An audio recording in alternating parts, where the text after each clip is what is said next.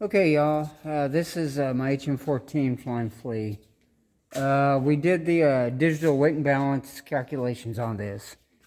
And of course, as you can see, where it balances out is around here, along this line. So, right here, okay, let's see. Well, it's actually about right there where it balances. And it's about 54% with full fuel. So 50% of this wing is right here. Okay, that's 50% of the total wing chord of the front wing. And that is an FCG. Now, for it to be stable with no divergent tendencies, okay, you would go 40% of the front wing.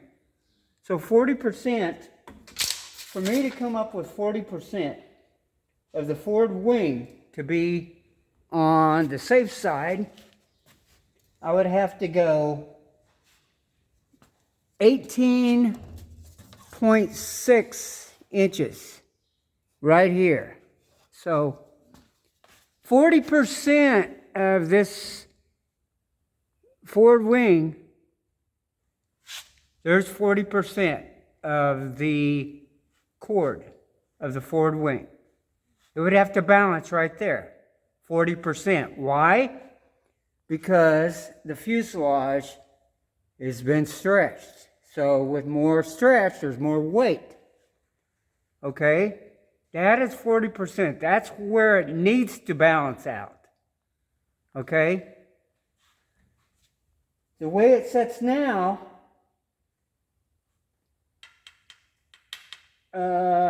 it's 54%,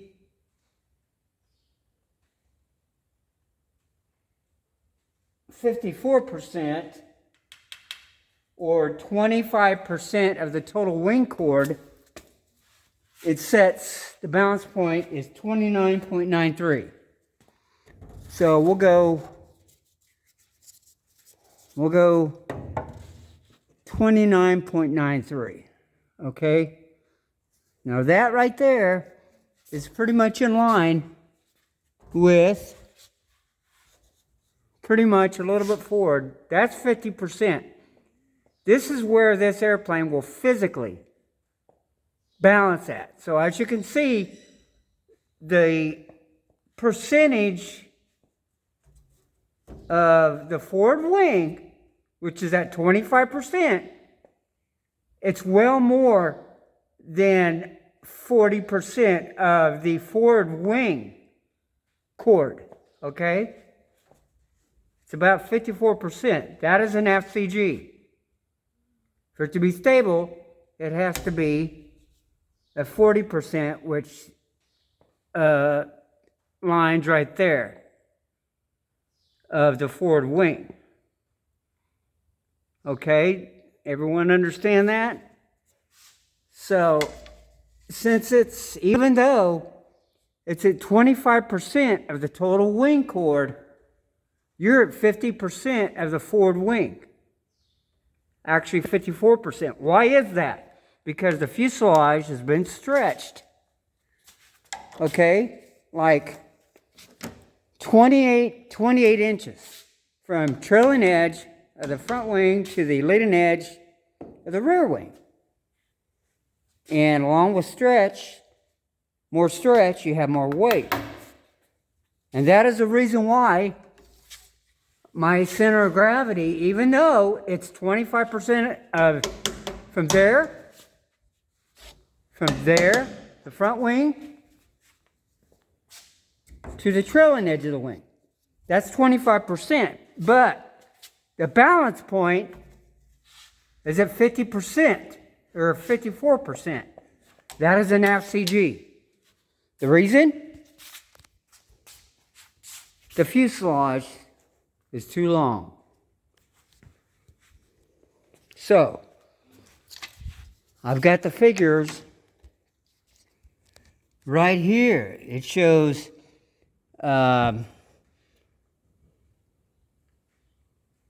with the CG at 50% of the front wing chord right here.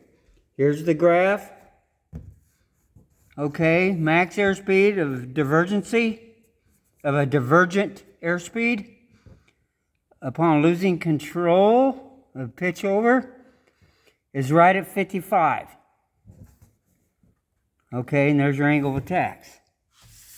Now, at 40%,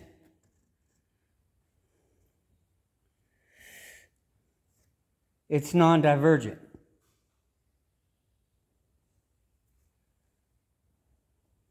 So, Mr. Baines had an assessment of 40%. He moved the CG forward to 40% of the front wing chord, and these were his findings. Airspeed, all the way up to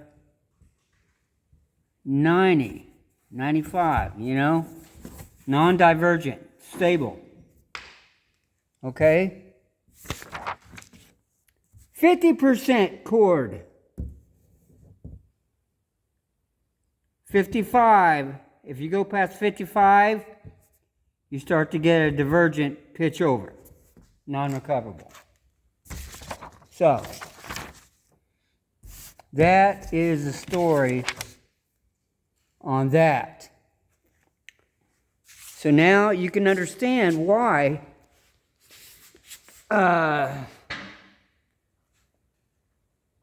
there's an issue. So really, the only way how I think I can fix this is I would have to weigh this rear wing and see how much I have to move it forward. Hopefully no more than 10 inches, 10, 12 inches. Of course, I'd have to remake the flying cables and build the forward front spar wing attachment for the rear wing. Now, it was originally flown during ground effect, mind you, at 5 degrees. That is 9 degrees, plus 9 degrees, okay? So, that might give some sort of buffer on that. Now, if you were to go over to this other HM14, the yellow one, the one that was built in France in the 90s, it's been documented that it has flown up to 90, 95 knots, okay, with no divergency. As you can see, there's no overlap, but there's only about 9 inches of distance. Okay, now 50% of the total of the wing chord of the front wing is about right there. Okay? Now, the reason why this airplane is stable with no diving tendencies is because 40% is probably about there. So when 25% of the total wing chord of this airplane, okay, see there's 50, about half of that, that's about 25% of the total wing chord and of the two wings. But if you see the percent where it would be safe is under 40%, even though it's 25%. I think it's about 27% on this airplane.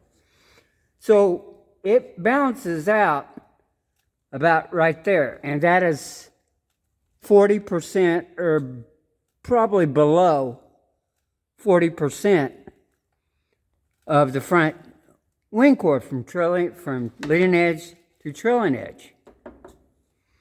That is why it would balance about right here. That is why this airplane is stable, whereas that one is not. I hope you understand that. So that is what we've concluded. So I may have to move the rear wing forward. Now we found out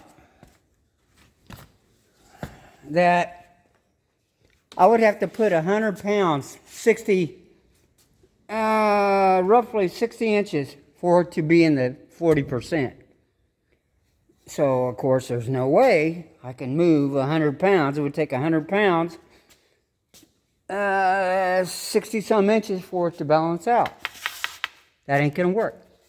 Okay, now even if I moved this front cabane back, I would have to move it back about that far for it to be at 40%. But the problem of it is stress is anytime you go, there's vertical on this cabane.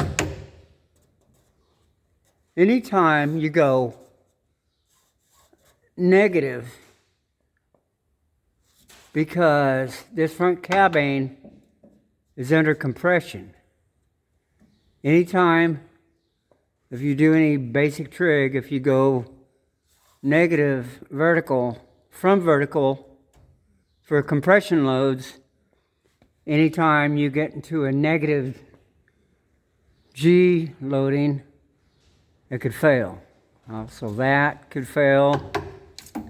This could fail because the front bar would be way over. So that would buckle in, break. So I can only move that vertical, which would change the CG probably no more than an inch. So 54% of 53, 52 still an FCG. So that is the story on this. The only thing I think how I could fix this problem is to move the rear wing forward. Reweigh it. I'll have to take the rear wing off and weigh it, see how much it weighs, and then figure out how much I could move this rear wing forward to get in the 40% ballpark. So there you go. Look up the Kit Planes analysis right there in Kit Planes. It was written by Barnaby Wayne Fan. Right there. It's a great article. Kind of explains the issues with the flying flea, the divergent tendencies. They're saying anything below 11 degrees negative when the airplane pitches down like in a descent, a relatively aggravated descent. If you reach minus 11 degrees on this, it'll go on over. So that's why they increased the wing incidence on the rear wing. So that's set at 9 degrees.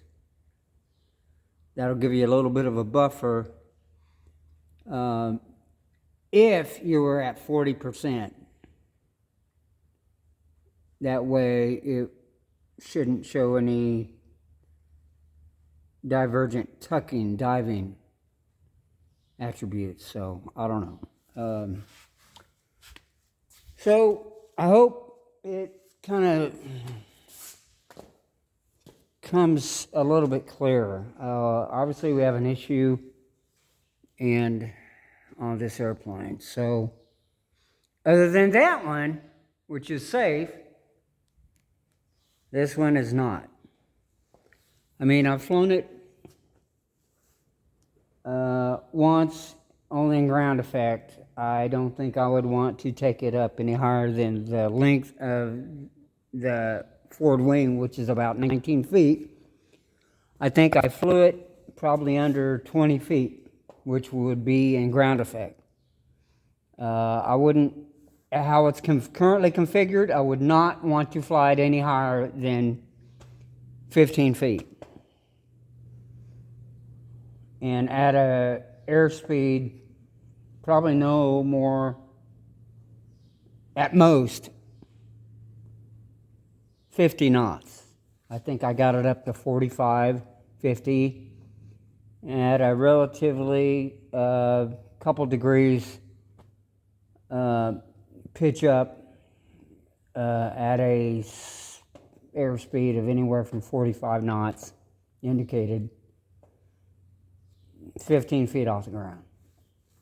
So at a relatively comfortably reduced speed with an AO wave a little bit pitched up a little bit, that's the reason why it flew. And with the low horsepower, with the FCG, it'd be a lot easier to leave the ground. So that's the story on that. That's what we've concluded. So investigation continues on what I need to do to fix this airplane to be able to safely fly it. So there you go.